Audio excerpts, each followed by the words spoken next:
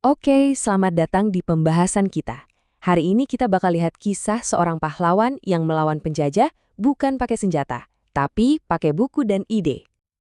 Yap, ini dia. Ceritanya Ki Hajar Dewantara. Sosok yang mengubah pendidikan jadi senjata paling ampuh untuk kemerdekaan. Nah, buat ngerti misi beliau, kita harus lihat dulu dunia yang dia hadapi itu kayak gimana sih. Bayangin ya, sebuah sistem yang emang sengaja dibuat untuk menekan. Coba kita lihat bedanya. Di satu sisi ada pendidikan kolonial, kaku, menindas, dan pokoknya tujuannya biar nurut. Nah, di sisi lain ada visinya Dewantara, pendidikan yang membebaskan, yang bikin orang penasaran bukan malah jadi takut. Jadi dia nggak cuma lihat sistemnya salah, tapi dia bayangin sebuah dunia yang sama sekali baru. Terus siapa sih sebenarnya orang yang berani banget nantang kerajaan sebesar itu? Jadi beliau ini lahir dari keluarga bangsawan, punya banyak keistimewaan. Tapi dia justru milih buat berjuang bagi orang-orang yang nggak punya apa-apa. Tulisan-tulisannya kayak Dunia Melayu itu, wah, bukan sekedar kritik biasa. Itu kayak percikan api. Saking tajamnya, sampai-sampai pemerintah kolonial merasa terancam dan akhirnya mengasingkan beliau. Tapi mereka salah besar kalau mikir jarak bisa bikin dia diem.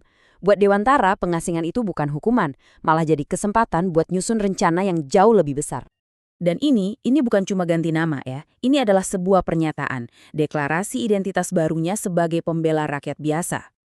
Nah, setelah balik dari pengasingan, dia nggak cuma nulis lagi. Sekarang dia mulai membangun.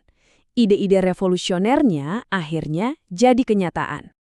Tepatnya tanggal 3 Juli di tahun itu, beliau mendirikan Taman Siswa, sebuah institusi yang benar-benar mengubah segalanya.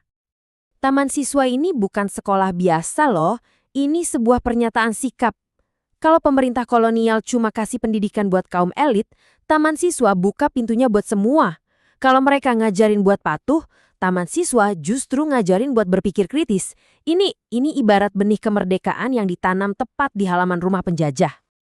Tentu aja, penguasa kolonial coba segala cara buat matiin apinya, mulai dari tekanan hukum sampai intimidasi. Tapi ya, Dewantara tahu, ide yang udah ditanam di kepala generasi muda itu kayak benteng yang nggak bisa ditembus. Pendidikan udah jadi perisainya. Oke, sekarang kita masuk ke intinya. Di balik berdirinya Taman Siswa, ada sebuah filosofi yang jadi jantungnya. Sebuah ide yang bakal mengubah cara kita semua melihat peran seorang guru selamanya.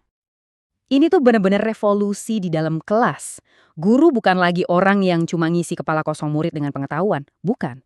Guru itu ibarat petani yang rawat potensi unik setiap murid, ngebimbing mereka biar tumbuh dari belakang. Jadi perannya bukan buat merintah, tapi buat memberdayakan. Jadi intinya gini, seorang guru itu harus bisa jadi 3 hal sekaligus. Panutan, teman seperjuangan, dan juga motivator. 3 peran yang jadi satu kesatuan utuh. Keren banget kan? Oke, jadi apa sih warisan abadi dari visi satu orang ini? Apa dampaknya sampai sekarang? Ide-idenya itu bukan cuma jadi catatan sejarah loh, warisannya itu hidup setiap hari. Tanggal lahirnya 2 Mei kita rayakan sebagai Hari Pendidikan Nasional. Prinsip-prinsipnya jadi dasar kurikulum nasional kita. Dan hebatnya lagi, dia nggak cuma menginspirasi Indonesia, tapi juga jadi contoh buat dunia tentang gimana pendidikan itu bisa membebaskan. Nah, inilah kenapa ceritanya relevan banget sampai sekarang. Ini bukti nyata soal kekuatan. Kekuatan dari keberanian berpikir. Pada akhirnya, warisan Ki Hajar Dewantara itu ya ini, sebuah kebenaran yang simple tapi wah kuat banget. Sebuah gagasan yang gak akan lekang oleh waktu. Cerita ini akhirnya ninggalin kita sebuah pertanyaan kan? Ki Hajar Dewantara udah buktiin kalau ide satu orang aja bisa mengubah bangsa. Nah, kira-kira ide apa ya yang bakal mengubah bangsa kita di masa depan?